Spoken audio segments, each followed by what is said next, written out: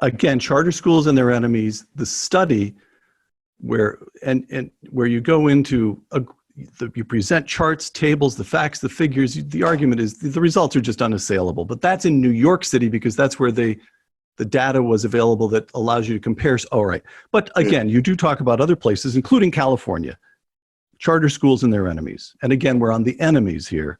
New laws passed in California in 2019 empower local education officials, that is, the officials running the traditional or regular public school system, empower local education officials to deny applications for establishing charter schools if the charter school in question, now you're quoting the new law, is demonstrably unlikely to serve the interests of the entire community, close quote, or if again quoting, the school district is not positioned to absorb the fiscal impact of the proposed charter school, close quote.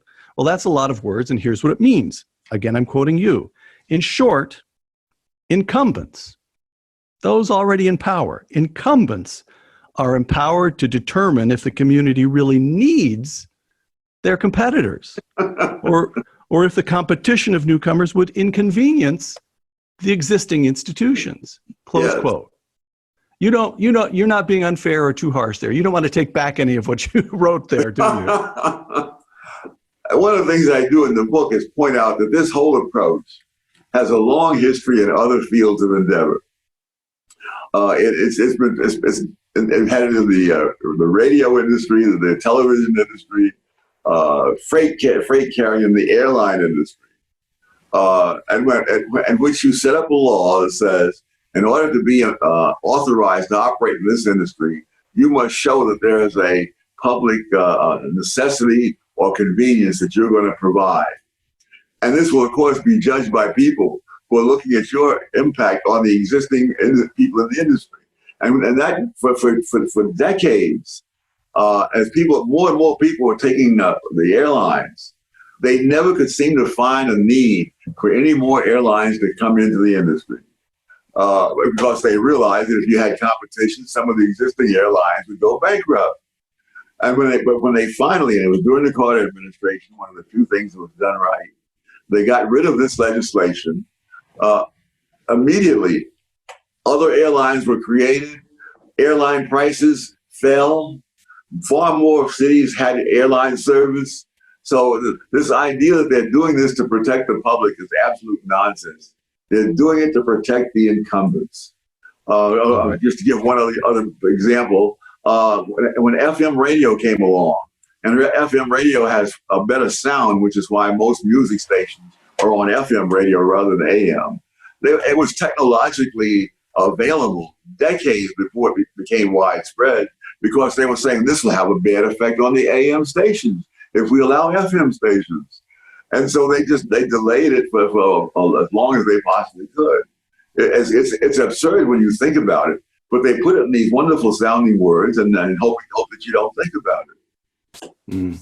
Tom, well, charter schools and their enemies. Again, we're on the enemies.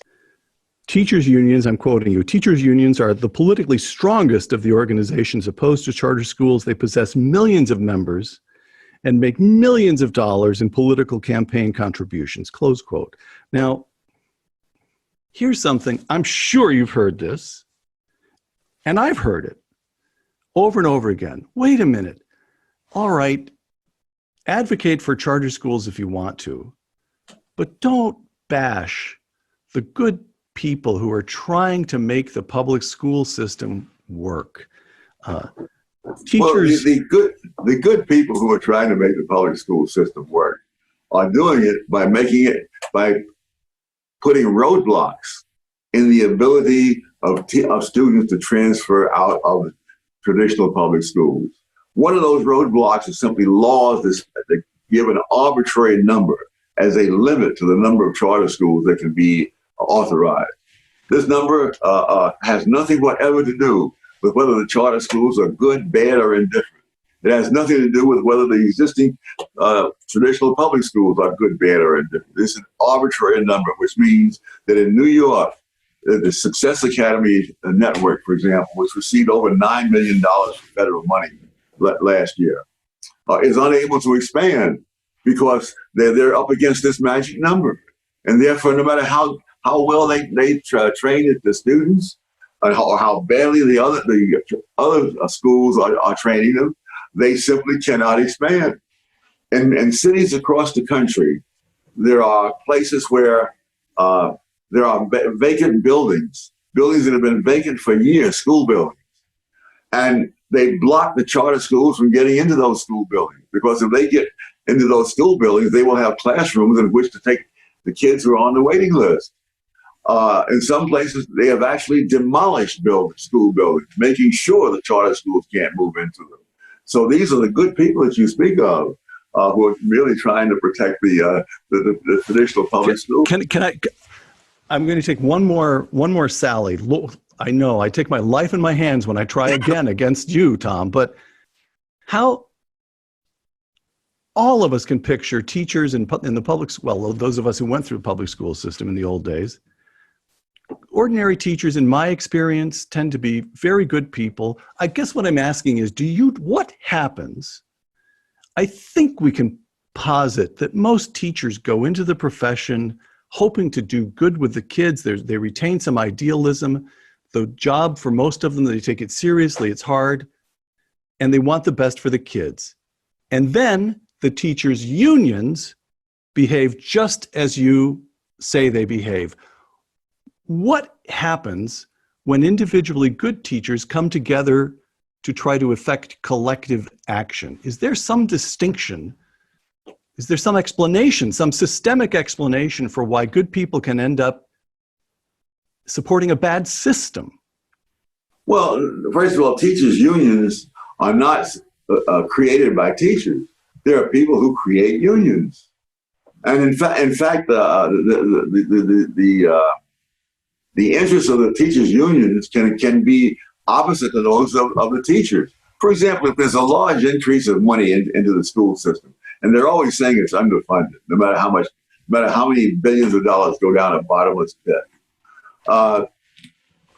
When the money is out there and available, you could use that money to raise teachers' salaries.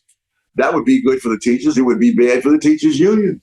The teachers' unions get more dues if, instead of raising the teachers' salaries, you create more jobs, more teachers' aides, more counselors, more nurses, more this, more that, more bureaucrats in the system, because all those people will be paying union dues. Whereas if you simply have higher paid teachers, you don't get any increase in union dues.